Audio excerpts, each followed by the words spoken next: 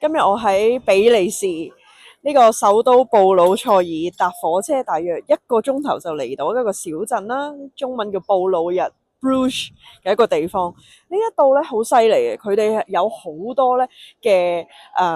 17、18世紀嘅時候咧嘅一啲建築物啦，甚至啲景象咧都可以 keep 得非常之好。每行3分鐘咧就好似去咗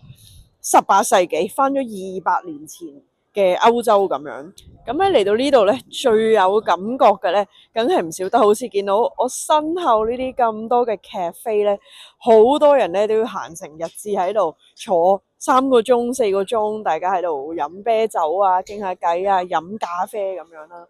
咁其實講起慢活咧，就真係歐美嘅一個代名詞嚟嘅。一天只做一件事啦，做多一件咧，都好似已經非常之繁忙咁。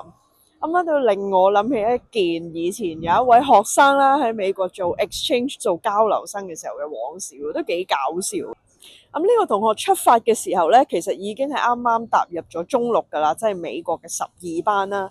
咁去到嘅時候咧，就大家都知噶啦，香港嘅同學12班，即係講緊中六，其實已經讀咗第3年，開始讀第3年嘅 DSE 課程啦。咁去到美國唔係讀 DSE，但係都慣咗嗰種咧好密集式啊補習嘅一個狀態嘅，所以真係慣咗隨時咧都係戰鬥咁樣嘅 feel 啦。咁亦都備課咧係一個常態嚟㗎。咁我哋呢一個女同學咧，嗰陣時一去到就非常之乖啦，就每一日咧一去到頭嗰3個月咧，都會拎住自己啲課本咧，就喺 host family 嗰個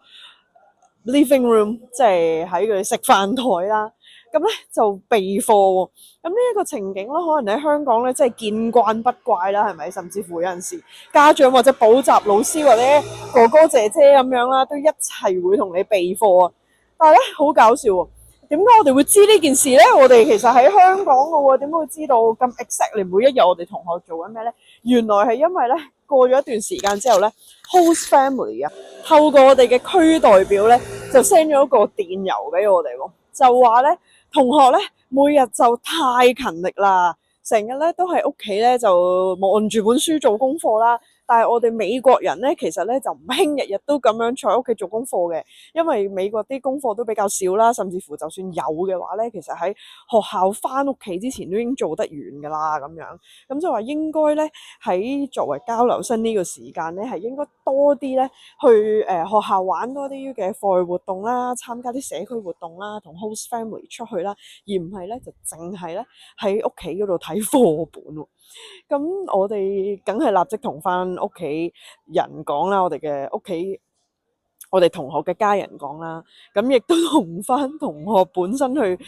俾佢知道呢一個就係文化差異啦。佢哋係希望咧你可以多多銜接喺呢一個美國嘅文化入邊嘅，亦都係咧去 enjoy life，去慢活啦，唔係每一下咧人生係只係得返學、放學、備課、補課咁。咁我哋同學咧溝通咗之後咧，都終於記得要放低啦香港呢一個備考 DSE 嘅中六學生嘅身份啦。咁咧都好成功咁樣咧，就融入美國嘅文化啦 ，enjoy 美國嘅生活啦，咁都好順利咁完成咗1年嘅。咁就所以要提醒大家，我哋記得要多多活在當下 ，live in the present 啦，去 enjoy 我哋嘅 life。